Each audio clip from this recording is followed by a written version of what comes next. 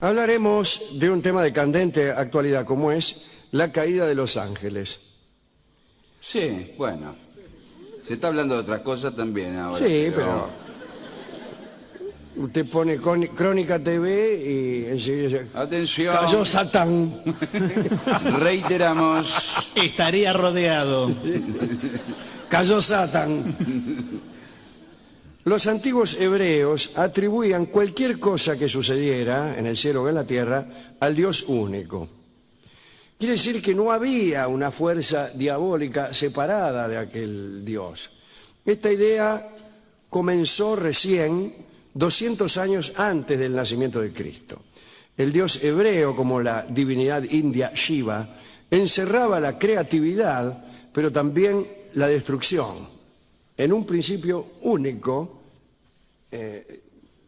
Y el relato más antiguo de ángeles caídos por rebeldía apareció recién en el libro apócrifo de los secretos de Enoch. Recién allí aparece el adversario.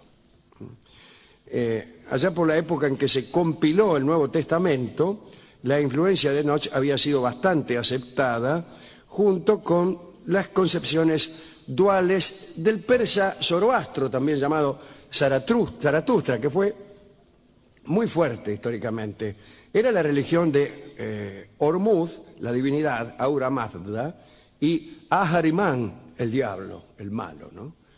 Y los persas sí creían que el mundo estaba hecho de luz y de sombra, siendo la luz el bien y la sombra el mal, y que la tensión entre estas fuerzas posibilitaba el funcionamiento mismo del universo. Había... Una pregunta, Sí. Discúlpeme. ¿En todas religiones están los buenos y malos? No en todas. El Por ejemplo, en budismo. las religiones paganas, en el budismo hay demonios. Ah. Hay demonios. En las religiones paganas hay demonios, pero no hay bandos antagónicos. No hay un Dios que sea malo, ni una divinidad fuerte encargada de administrar los asuntos del mal.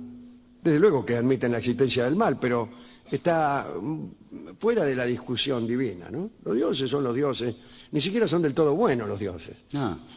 Porque está Zeus, que es un calavera, que tiene un montón de minas, la mujer de él que lo cela y se enoja, y Zeus engaña, dice mentiras, dice falsedades, se enoja por ahí con un tipo por batidor y lo fulmina con un rayo. ¿Y por qué lo hace? Porque puede. No porque no está impartiendo justicia con ese rayo. Ahí está la diferencia entre el pensamiento pagano y el pensamiento de las grandes religiones monoteístas. Zeus amasija a un tipo con un rayo porque se enojó, pero no porque ese rayo venga a significar un estado de derecho del universo. No, le tocó. Se enojó, le tiró un rayo y lo hizo porque pudo hacerlo, porque podía lo hizo. Pero no, Zeus no está sujeto a ninguna moral. Claro que es mejor ser bueno que ser malo, y los griegos hablaban antes que nada de la sofrosine, la medida, la mesura. Y por el contrario, de la hybris, de la desmesura. Pero estaba el mundo lleno de sofrosine y de hybris, y los dioses no tenían mucho que decir al respecto. Sin una carga quizás de condena sobre eso, ¿no? Porque lo que aparece, digo, en una tradición más judio-cristiana es una condena sobre el mal. No solo una condena sobre el mal, sino que la historia está destinada a hacer prevalecer a las fuerzas del bien.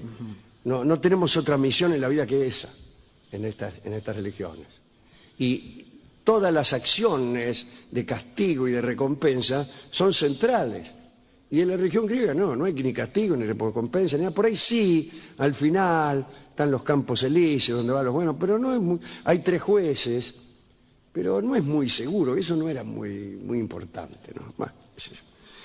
Discúlpeme, ¿no? El caso es que esta religión persa influyó mucho en los hebreos, y empezaron a aparecer entonces nombres para el diablo, para el escindido, para el que se había revelado. Satán, pero también Azazel, Mastema, Belcebú, Belial, Duma, Casiel, Samael, Gadrel, no Gardel, No. Gadrel, Asmodeo, Mefistófeles o Lucifer, como usted quiera. Existen por lo menos 7 versiones diferentes acerca de cómo apareció Satán y cómo logró reunir a tantos servidores. Mientras que Enoc solo nombra 2000 ángeles rebeldes, allá por el siglo XIII de nuestra era, esa cantidad se había elevado. De acuerdo con lo escrito en el obispado de Tusculum, qué linda ciudad Tusculum, la ciudad donde vivía Cicerón, Tusculum. En las puertas de Tusculum vivía Cicerón. Allá lejos. Sí, En el Tusculum del mundo. allá donde, efectivamente. Bueno, de acuerdo con un escrito editado justamente en Tusculum, una ciudad de Babilonia, una ciudad romana, ¿por qué dice Babilonia acá? Famosa porque allí tenía la villa Cicerón, efectivamente. Según está escrito, los ángeles rebeldes eran no 2000, sino 133.306.168. ¿Esto es cierto? Totalmente, si lo dicen en Tusculum. Si realmente, como dice este informe, Satán se llevó a 1/3 de la hueste celestial, aún quedaría la interesante cantidad de 266.613.336 ángeles leales al trono. Pero algunas versiones de la caída no respetan la ortodoxia. Y tenemos aquí, sacadas de la comisaría de Tusculum, las versiones. Primera versión. Se cuenta que en un principio Malak representaba la parte del Dios vuelta a la humanidad. Era la parte del Dios en la sombra, la que era capaz de comunicarse con los mortales, puesto que la parte resplandeciente de la divinidad era tan intensa que los humanos no hubieran podido soportarla. A medida que se fue desarrollando la religión hebrea, evolucionó también la sombra, ese costado sombrío. Primero en la palabra, en la voz o el toque de Dios, y más tarde en un ente aparte. Esa sombra se separó, esa región sombría, esa espalda de Dios, se separó de Dios y tuvo voluntad propia. Ya en la época en que se compiló el Nuevo Testamento, la sombra ya se había convertido en Satán, el adversario maligno del buen Dios. A partir de entonces, quien ejecuta los actos perversos que en algún momento se atribuyen al mismo Dios, es aquella región sombría, desprendida de la unidad primigenia. Con la separación entre el lado bueno y el lado malo, se consuma la caída, lo que se llama la caída. Otra explicación. A ver, Esta no le gustó, otra. ¿me gustó? Esta es atribuida nada menos que al amigo Orígenes, el de la AFIP. Orígenes de Alejandría, un filósofo cristiano, contó que Dios había creado un número de inteligencias angélicas iguales entre sí y libres. Gracias a este libre albedrío, un día decidieron, estos ángeles, abandonar la unidad divina y de forma gradual se separaron del origen. De los que se apartaron, los menos permanecieron en las regiones etéreas más cercanas a Dios.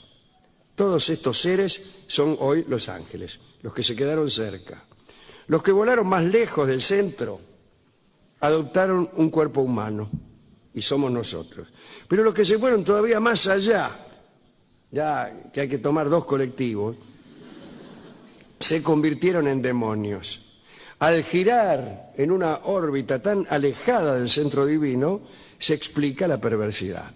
A mayor distancia del cielo, mayor maldad. Quiere decir que la maldad y la bondad son solamente cuestiones geográficas. Uno es bueno porque está cerca del centro y malo porque vive en donde Judas perdió el poncho. Hay algunos que piensan así. Sí. Hay algunos que piensan así, especialmente en la ciudad de Buenos Aires. Hay mucha gente que piensa que los buenos viven cerca del centro y más allá de la General Paz viven los malos. Un tercer relato de la caída procede de una escriba y registra 200 vigilantes o hijos de Dios que descendieron al monte Hebrón hace más de 2000 años. En un principio parece que ayudaban a los arcángeles en la creación del Edén. Estaban edificando el paraíso. Claro. Y laburaban los ángeles, a ver, punteame allá, sembrame unos rosales. Y al mismo tiempo le enseñaron a los hombres las artes de la civilización.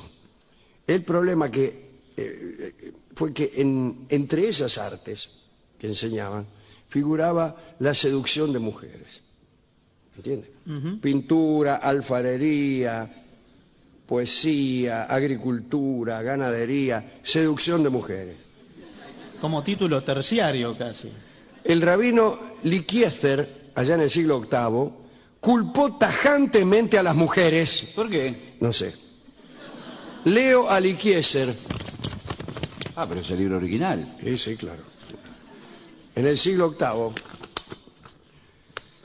los ángeles que cayeron del cielo vieron a las hijas de Caín paseando y exhibiendo sus partes más íntimas.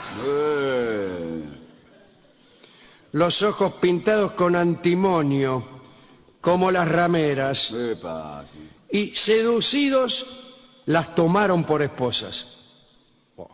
Los ángeles, que eran de fuego, se habían tornado carne en el contacto con la tierra.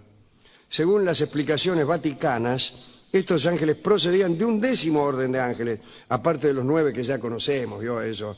Tronos, dominaciones, potestades, ángeles, arcángeles, querubines, serafines. Bueno, eran un 10º orden y al parecer constituían las partes, tenían, mejor dicho, las partes indicadas para la procreación.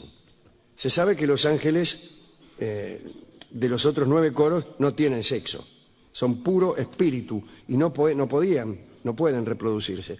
Pero este 10º orden sí, tenía, como dice aquí, las partes indicadas para la procreación. Correcto, ¿no? Incluso con una flecha y una calcomanía. Decía, indicado para la procreación. Con código de barra. En Constantinopla.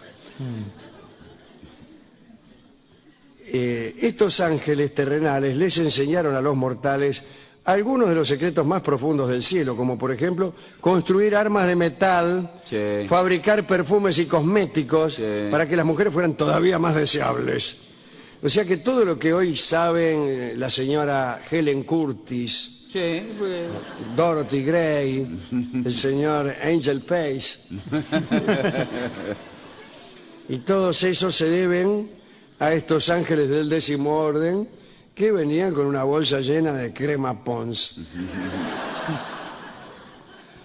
Engendraron estos ángeles en las mujeres unos monstruos horrendos. ¿Por qué? ¿Cómo? No sé, porque si unos eran ángeles y las otras mujeres hermosas, ¿cómo le van a salir monstruos horrendos? Más monstruo horrendo será usted. Pero además completamente desenfrenados, que causaron mucho daño. Finalmente fueron aniquilados por los ángeles leales al trono. Por su parte, Dios envió a estos seres angélicos a las tierras, no sé dónde los mandó. Otra historia que explica la caída dice que un ángel quiso sentarse en el trono de Dios y Dios lo expulsó del cielo de una patada. Eso me gusta. Eso me gusta. El tipo se sentó, Yo vino me Dios imaginé que él iba a y hablar. lo cachó sentado en el trono Sí. y le metió una patada. Listo, fin de la explicación. Ese es el origen del mal en el mundo. La última. Hace tiempo hablamos acerca de los celos de Samael, uno de los nombres del demonio. Parece que Dios había presentado a Adán, su creación, ¿no? El hombre, a las jerarquías celestiales. Dijo a los ángeles, le presento a este muchacho Adán, que lo acabo de confeccionar.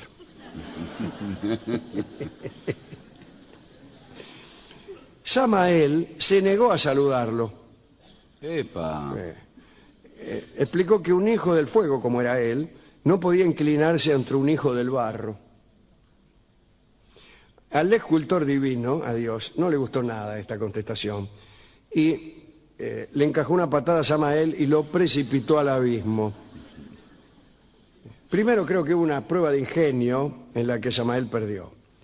Pero existe una versión de los sufíes que es mucho más interesante y que es la que yo más amo. En ella se ve a Samael como el ángel que más amaba a Dios, como el más amoroso de todos los ángeles.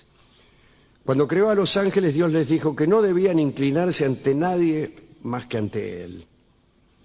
Pero después creó a Adán, a quien Dios consideró más importante que los ángeles. Y les ordenó entonces a los ángeles inclinarse ante esta nueva figura, revocando el mandato anterior. Y Samael se negó a ello. Se negó diciendo que él era incapaz de desobedecer al primer mandato que había recibido. Dios no comprendió el dilema de Samael y lo expulsó del cielo por un malentendido. Para Samael, lo más doloroso del infierno fue la ausencia del bien amado. Repito, lo más doloroso del infierno fue la ausencia del bien amado.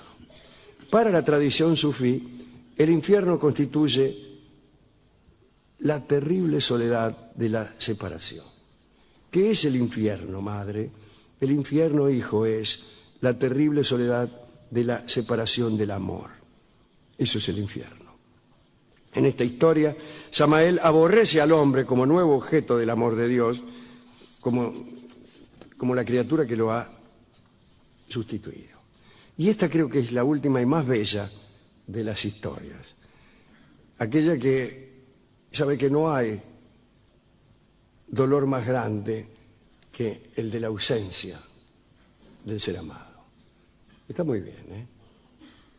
Le dedicamos estas historias y esta charla a todos los amigos sufís, que nos dan estas bellísimas historias, y también a todos aquellos que han sido expulsados de algún paraíso, que han sido sustituidos por el ser amado, que han sido sustituidos por otros en el amor del ser amado.